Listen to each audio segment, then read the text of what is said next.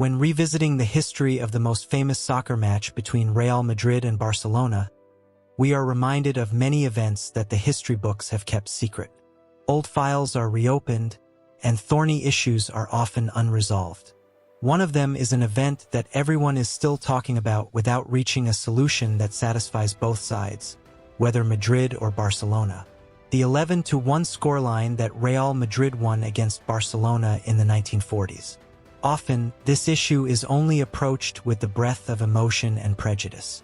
Between a Madrid fan who is determined to prove this result by any means, and a Barcelona fan who refuses to play this match just because the other side is the traditional rival, there are some facts that are absent from the minds of the fans of these two great teams.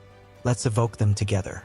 During the 1942-1943 season, in the semifinals of the Copa del General, now known as the Copa del Rey, the two Spanish giants went head-to-head for a ticket to the final.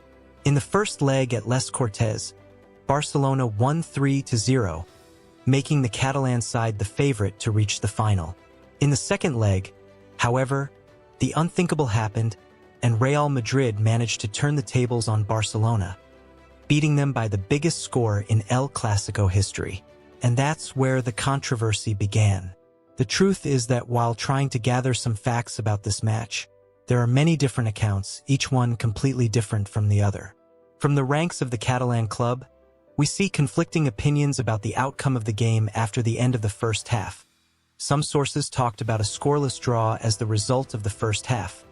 Then, with the intervention of the Franco regime, the police entered the dressing room of the blue and red team, threatening to seize the players and their families if they did not concede a heavy victory to the royal team, while other sources kept the same story, except for a slight change in the score of the game after the first half, claiming that Barca returned to the dressing room with a 1-0 lead.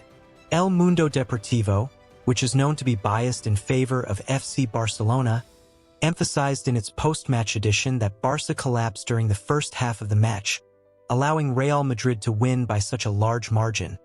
The same newspaper did not refer to any suspicious events that took place during the match, considering Real Madrid's victory was well-deserved.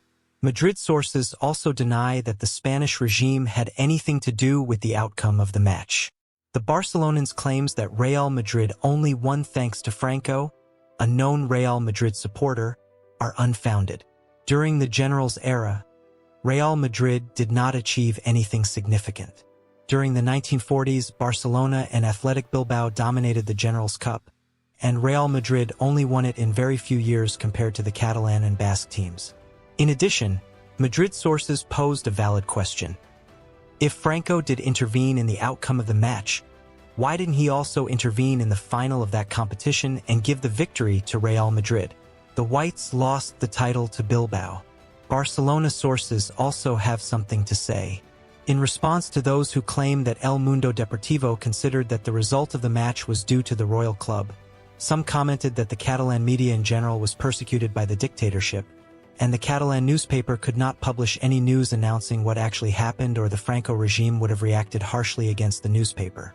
Francisco Paco, a journalist for El Mundo Deportivo, published an article in 1998 on the occasion of Barca's 100th anniversary, saying that the Spanish police did indeed intervene and had an impact on turning the match in favor of the royal club with such a heavy score. We conclude with the testimony of one of those who was at the stadium during the incident, former FC Barcelona left-back Josep Valle. More than half a century after the incident, he told a Spanish program a few years ago, giving the most important details of this controversial match. I played a lot of games against Real Madrid during my 9 years with Barcelona, but I remember the 1943 General Cup match when we lost 11-1. I remember we arrived at Real Madrid Stadium and went in to check it out, where we met some maintenance workers and they said to us, "We're going to beat you today. We're going to beat you today by a landslide." We went to the dressing room to prepare ourselves, and the referee, someone we had never heard of before that day, Celestino Gonzalez, called our captain and threatened him, telling him to behave during the game or something bad would happen. When we started the game, we couldn't cross the center of the field, and every time we did, the second referee raised his flag strangely. Then Barcelona's Caspadara managed to score a goal for Barca that the referee didn't count, even though it was legitimate. We had two defenders, Torta, who left the game with an injury, and Benito, who was sent off. In the dressing room at halftime, we decided not to continue the game because of this biased referee. Suddenly, the head of the Madrid police came in and asked us, "Aren't you going to play?" We said no, and he threatened to detain us if we didn't continue the game. I remember a journalist named Samaranch commenting that after this intervention by the Madrid police, the score should have been 50 goals instead of just 11. Do you know what happened to this journalist? He had his press card revoked. Even though it was a long time ago, I still remember it very well. In recent years, there have been various documentaries and articles that revisit the match, providing new insights and perspectives. These analyses often delve into the broader implications of the game, examining how it fits into the larger narrative of Spanish football and its political context.